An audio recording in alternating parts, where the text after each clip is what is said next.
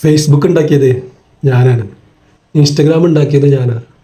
ഒന്ന് സങ്കല്പിക്കട്ടോ, സീരിയസ് ആയി എടുക്കരുത്. അങ്ങനെയാണെങ്കിൽ എൻ്റെ ആഗ്രഹം എന്തായിരിക്കും? നിങ്ങൾ ആപ്പ് 24 hours ഉപയോഗിക്കണം എന്നുള്ളതാണ് എൻ്റെ ആഗ്രഹം. നിങ്ങൾ അങ്ങനെ ഉപയോഗിക്കാൻ വേണ്ടിയിട്ട് എന്തെല്ലാം ചെയ്യാൻ പറ്റുമോ ഞാൻ അതാണ് പ്ലാൻ ചെയ്തുകൊണ്ടിരിക്കുക. നിങ്ങളിനി ഏതെങ്കിലും ഒരു വീഡിയോക്ക് കമൻറ്റ് എഴുതിയാൽ, ഏതെങ്കിലും ഒരു ഫോട്ടോക്ക് ലൈക്ക് അടിച്ചാൽ, ആ ഒരു വീഡിയോക്ക് പിന്നീട് ആരെങ്കിലും കമൻറ്റ് എഴുതുകയോ അല്ലെങ്കിൽ ലൈക്ക് ചെയ്യുകയോ ചെയ്താൽ ഞാൻ അതിൻ്റെ നോട്ടിഫിക്കേഷൻ നിങ്ങൾ അയക്കും.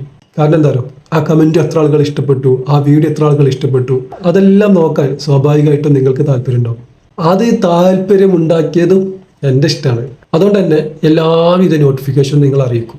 ഏതെങ്കിലും ഒരു മാർഗത്തിലൂടെ നിങ്ങൾ ആ ആപ്പ് തുറന്നാൽ നിങ്ങൾക്ക് ഇഷ്ടമുള്ള വീഡിയോസ് പ്രത്യേകം സെലക്ട് ചെയ്ത് വെച്ച് തന്നെ ഉണ്ടാകും. നിങ്ങൾ അങ്ങനെ കണ്ടോളൂ. ഞാൻ ആദ്യം തന്നെ നിങ്ങൾ ഡാറ്റാസ് കളക്ട് ചെയ്ത് വെച്ചിട്ടുണ്ട്. നിങ്ങളുടെ പേരെന്താണ്, സ്ഥലം ഏതാണ്, നിങ്ങൾ പഠിക്കുന്ന കോഴ്സ് എന്താണ്, നിങ്ങൾ എന്തെല്ലാം പഠിച്ചു, നിങ്ങൾക്ക് ഇഷ്ടപ്പെട്ട ഹോബീസ് എന്താണ്, എല്ലാ ഡീറ്റെയിൽസും ഞാൻ നിങ്ങൾ ആപ്പ് ഇൻസ്റ്റാൾ ചെയ്യുമ്പോൾ തന്നെ കളക്ട് ചെയ്യണം.